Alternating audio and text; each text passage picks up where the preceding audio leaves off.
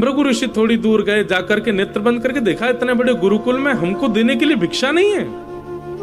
तभी उनको दिव्य दृष्टि से दिखा कि 2 पोटली चने की रखी हैं, जो कि कुछ बालकों के लिए मां ने लोभवश बचा के रखी है। श्राप दे दिया भृगु ऋषि ने, मां जिन बालकों के लोभ में आकर के तुमने, मोह में आकर के मुझे भिक्षा देने से मना किया है ना, मैं श्राप देता हूं, इन चनों को वो बालक खाएंगे, इन चनों को खाते ही वो श्रीहीन हो जाएंगे, लक्ष्मी चली जाएगी उनके घर से।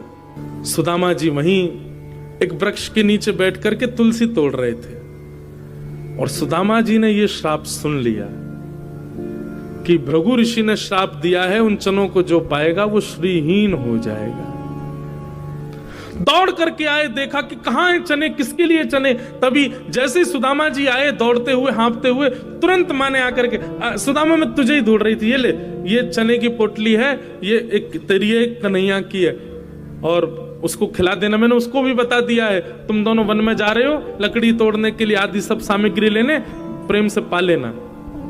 इतने में ठाकुर जी भी आ गए। हाँ सुदामा जी आप धल लो, प्रेम से पाएंगे वन में। अब सुदामा जी कुछ कहते तो मन में विचार करते, यदि मैंने बता दिया तो ये पोटलियां फिकवा दी जाएंगी, फिकवा दी जाएंगी तो अंकुरित हो जाएंगे, अंकुरित होकर कोई और खाएगा, वो श्रीहीन हो जाएगा। और कृष्ण के पक्ष के भी चने इसमें हैं। सुदामा जी ने मन में विचार किया, आज अपने सखा को सख्यता का उपहार देने का दिन आया है।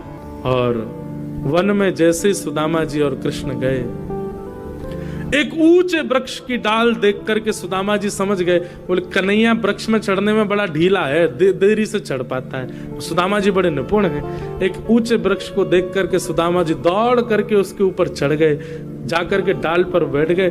ठाकुर जी धीरे धीरे चढ़ रहे थे नीचे से, इतने में सुदामा जी ने पोटलियां खोली और लेकर के चने भरने लगे मुख के अंदर।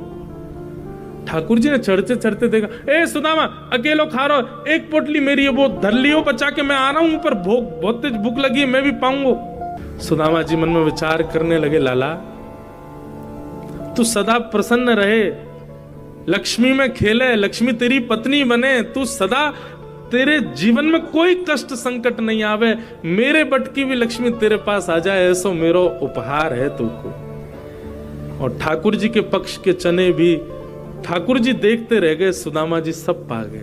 भगवान भले ही नाराज हुए, भगवान भले ही सुदामा जी से रूठ गए, भगवान ने भले ही कुछ अपशब्द कहे, पर सुदामा जी ने ठाकुर जी को गले से लगा लिया।